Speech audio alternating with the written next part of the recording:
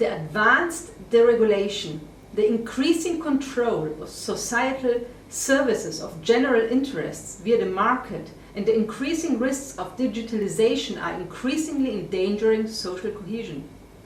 I reject any privatization of sovereign state tasks and essential areas of public services, for example water supply, because the execution of sovereign tasks by private companies would violate democracy, the rule of law and the free democratic basic order. The state must provide clear framework conditions. These must be comprehensible and allow for long-term planning. A sustainable economic order for the future is based on the European Union, its member states and the regions of Europe regaining more economic powers instead of transferring these powers to the World Trade Organization. The process of damaging deregulation in all areas must be reversed. Parliaments, including the European Parliament, as well as citizens, should be given more responsibility once again.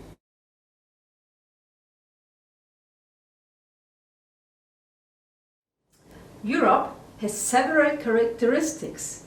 The so-called capitalism is only one of them, which led since the industrialization to great suffering of many people in intangible wealth of a few. Indeed, the free market is used as one element in a series of measures, but sustainability is also one of them. To make it more effective, social action based on state rules is needed. A good example here is energy policy. The remaining energy demand should be covered by 100% renewable energies if possible. This is the only way we can stop climate change and secure our own energy supply for the future. As an alternative to planned new power lines, we need a concrete concept for decentralized, environmentally friendly and specially promoted regional energy generation and storage technologies. Therefore, the question of energy generation cannot be led to the market. Rather, we need government requirements that pave the way towards a decarbonized economy. Policymakers must take into account the long-term interests of society, especially since energy issues always involve questions of security. The great dependence on Russia for energy imports, especially in the case of Germany, showed that the economy often only pursues short-term, profit-oriented goals and does not represent the long-term interests of a society.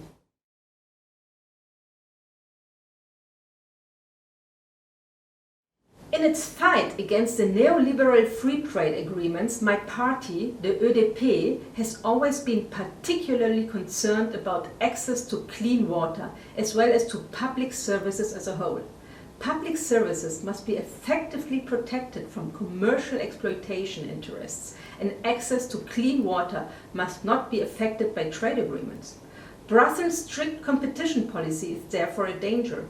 The EU liberalization policy strictly pursues the goals that all economic activities in Europe is primarily measured against the yardstick of free competition, undistorted by any distortions, subsidies or privileges. However, water is not arbitrary economic good, but a high quality and vital element. Water supply is therefore an elementary service of general interest. Drinking water must not be regarded as an ordinary commodity. Fortunately, this position is also shared by the highest federal constitutional court in Germany, which has ruled that the implementation of water and energy supply is one of the typical tasks of local authorities concerning services of general interest, and thus constitutes a public task.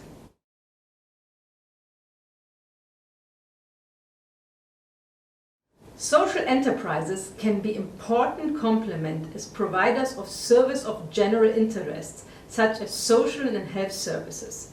My party, the ÖDP, calls for an ecological social market economy characterized by decentralization, subsistence and sufficiency.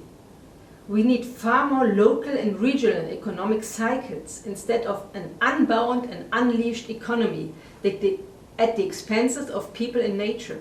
Essential needs of daily life can be satisfied more substantially through regional markets and shortened value chains. We want to give business more incentives to strive for the common good and cooperation instead of profit and competition. Businesses should be rewarded for mutual help and cooperation. In the national economy, success should no longer be measured primarily by gross domestic product, but by the common good product. On the part of companies, the common good balance sheet and no longer the financial balance sheet should be the decisive indicator of success. The common good balance sheet should become the main balance sheet of all companies. The more socially, ecologically, democratically and solidarily companies act and organize themselves, the better the balance sheet result will be. The better the common good balance sheet results of the enterprises in a national economy, the greater the common good product.